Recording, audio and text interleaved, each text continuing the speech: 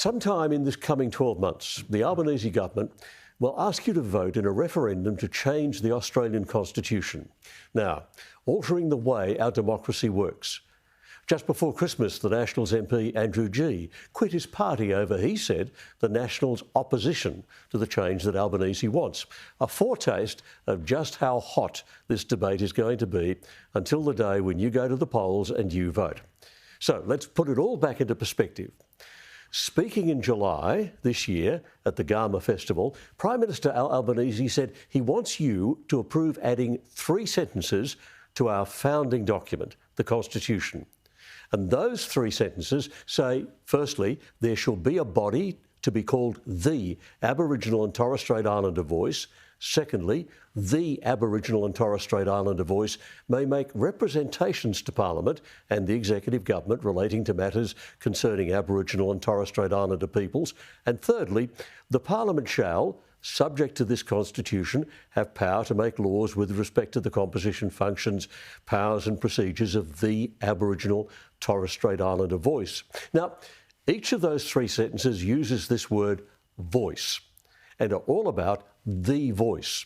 Whenever this debate raises its increasingly fractious head, that same expression, the voice, is repeated.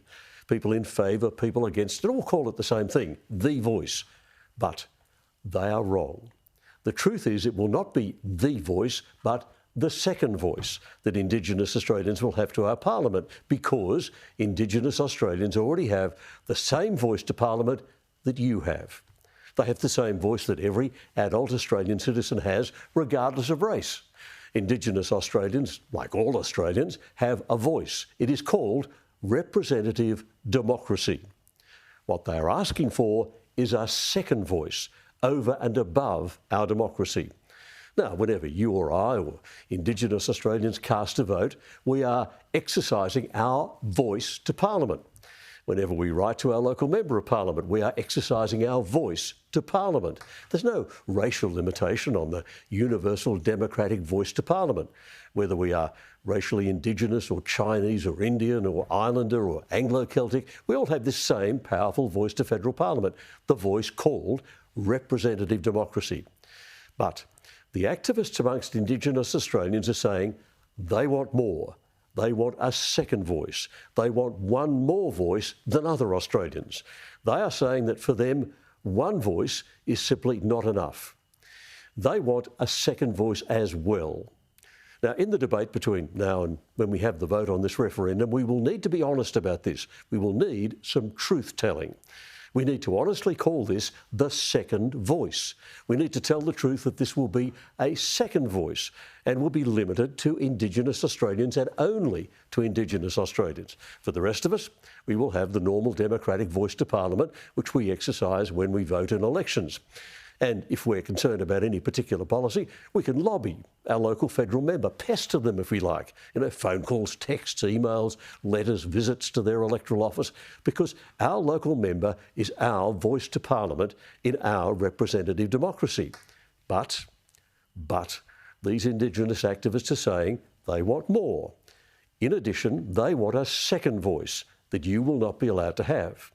What that referendum in truth will be asking you is, should the Australian Constitution be changed to give some Australians, chosen on the basis of skin colour, a second voice to Parliament denied to everyone else?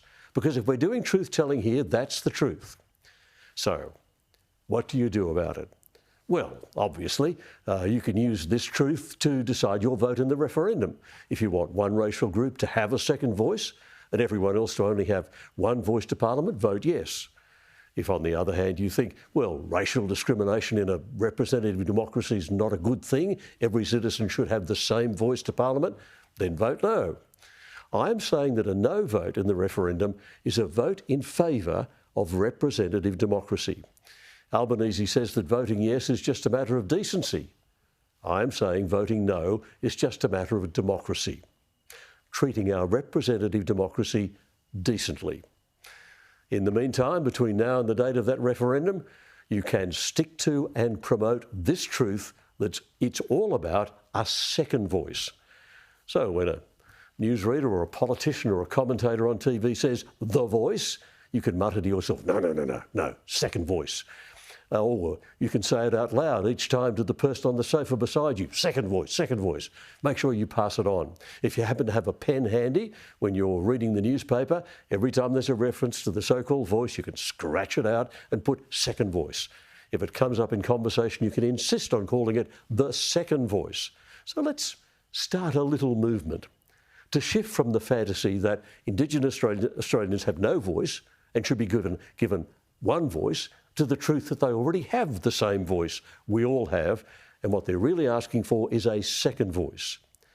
If we say those words, second voice, often enough, to everyone we know, if we use second voice often enough, letters to the editor, talkback calls to radio, on social media, we can defeat the dishonest and misleading claim that Indigenous Australians have no voice and need one. We can tell the truth that all Australians have the same voice and that what the Indigenous activists want is a second voice. So let's memorise the expression, second voice. Let's keep repeating it. Let's make it part of the national conversation. Second voice, second voice, second voice. You can do this.